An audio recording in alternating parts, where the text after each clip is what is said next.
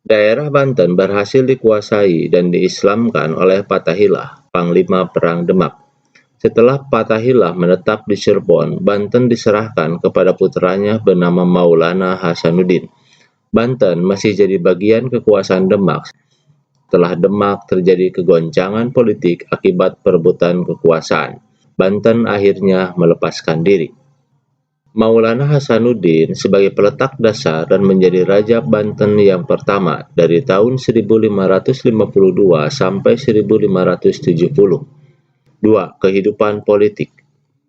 Pada tahun 1570, Sultan Hasanuddin meninggal dan digantikan oleh putranya, yakni Panembahan Yusuf. Ia berhasil menundukkan kerajaan Pajajaran.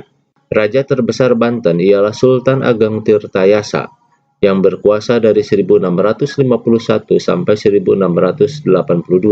Sultan Ageng Tirtayasa berhasil memajukan perdagangan Banten. Politik Sultan Ageng terhadap VOC sangat keras, namun tidak disetujui oleh putranya yaitu Sultan Haji Abdul Nasar Abdul Qahar, sehingga terjadilah perselisihan. Perluasan wilayah kekuasaan terus dilakukan bahkan sampai ke daerah yang pernah dikuasai kerajaan Pajajaran. Namun ada sebagian masyarakat yang menyingkir di pedalaman Banten Selatan karena tidak mau menerima agama Islam. Mereka tetap mempertahankan agama dan adat istiadat nenek moyang mereka. Mereka dikenal dengan masyarakat Badui. Mereka hidup mengisolir diri di tanah yang disebut Tanah Kanekes. Mereka menyebut dirinya orang-orang Kejeroan. 3. Kehidupan ekonomi. Kerajaan Banten pada posisi yang strategis dalam perdagangan internasional. Banten membuat pelabuhan di tepi Selat Sunda dan Teluk Banten. Pelabuhan ini dipakai untuk ekspor lada yang akan dikirim ke luar negeri. 4. Kehidupan sosial budaya. Masyarakat umumnya hidup dengan rambu-rambu budaya Islam.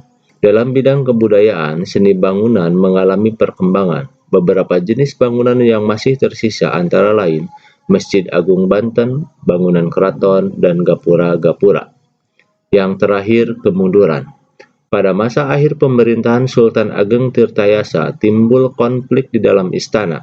Sultan Ageng Tirtayasa yang berusaha menentang VOC kurang disetujui oleh Sultan Haji sebagai raja muda.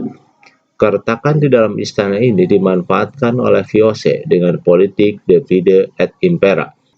VOC membantu Sultan Haji untuk mengakhiri kekuasaan Sultan Ageng Tirtayasa. Berakhirnya kekuasaan Sultan Ageng Tirtayasa membuat semakin kuatnya kekuasaan VOC di Banten.